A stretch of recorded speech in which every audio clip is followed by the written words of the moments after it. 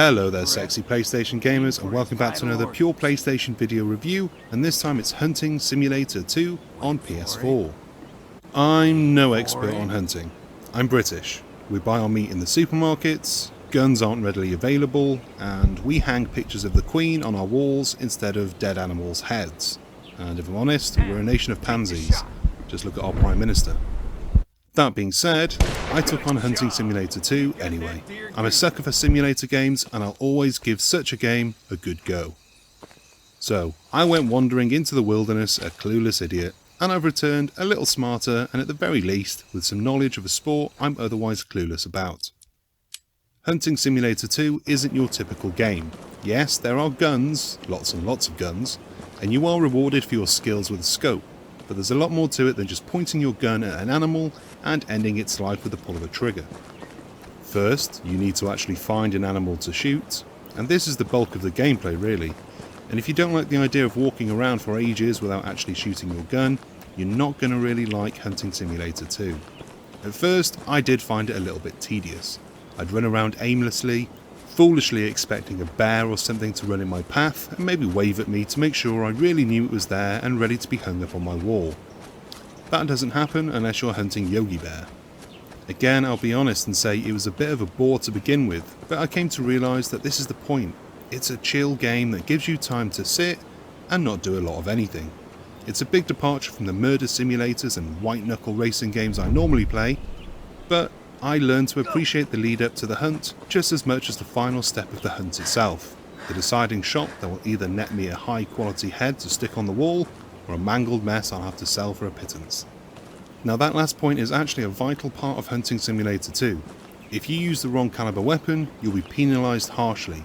You can't blast the mullet to smithereens with a shotgun and expect a trophy, after all. Using the right gun for the right animal is a lesson that the game hammers home hard from the start. Nevertheless, yes, I still managed to get a bit overexcited at times, and yeah, there were a few unethical kills on my part. My bad. But, in my defence, after walking around in the wilderness for half an hour without letting off a single shot, it was always going to happen. Hunting Simulator 2 might be a simulator, but it doesn't go overboard with its realism. You don't have to clean your guns and drag animal carcasses back to your base after every kill, and there's no opportunity to take a morbid selfie with your gutted trophy and to post it on social media to get all the backlash that comes with it. However, it does seem to try to impart some of the customs that are a big part of hunting, like licenses and even hunting dogs. And yes, you can give your doggy a pat on the head for being a good boy.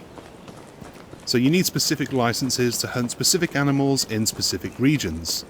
Specific enough? It can be a touch taxing at first, and I was left a little confused as I went on a hunt, only for the game to tell me that the animal I was not licensed to shoot was the animal I'd spent 20 minutes tracking.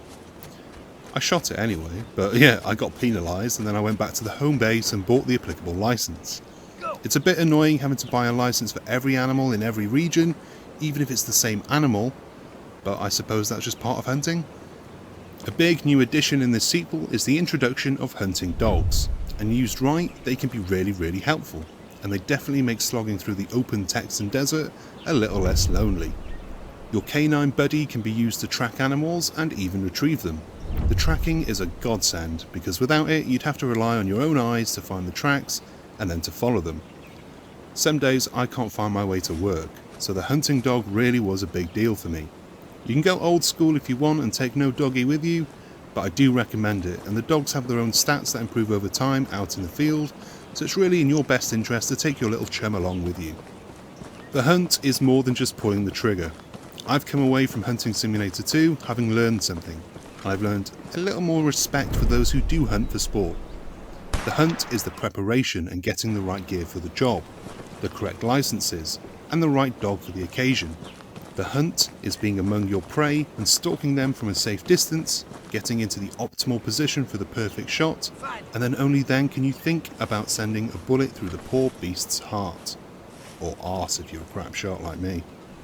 If you're down for wandering around some really large maps for a few hours, you can easily kill an afternoon with Hunting Simulator 2. It's not the best looking game around, it does come with a bit of jankiness, but nothing that ruins the overall experience. It's good escapism if you've got the patience and the time. Parents, be warned though, this isn't a game you'll give to the kids to keep them quiet for a bit. It's a game best played in full hunting gear down in the man cave or lady cave, no pun intended, with a few beers once everyone has gone to bed. Or at least that's how I imagine the hardcore hunting fans playing this game. And that brings us to the end of this review. I hope you enjoyed it, I hope it helped you in some way. Not with your life, but buying decisions maybe. If you haven't already, please subscribe, like, comment, all that jazz, and until next time, bye!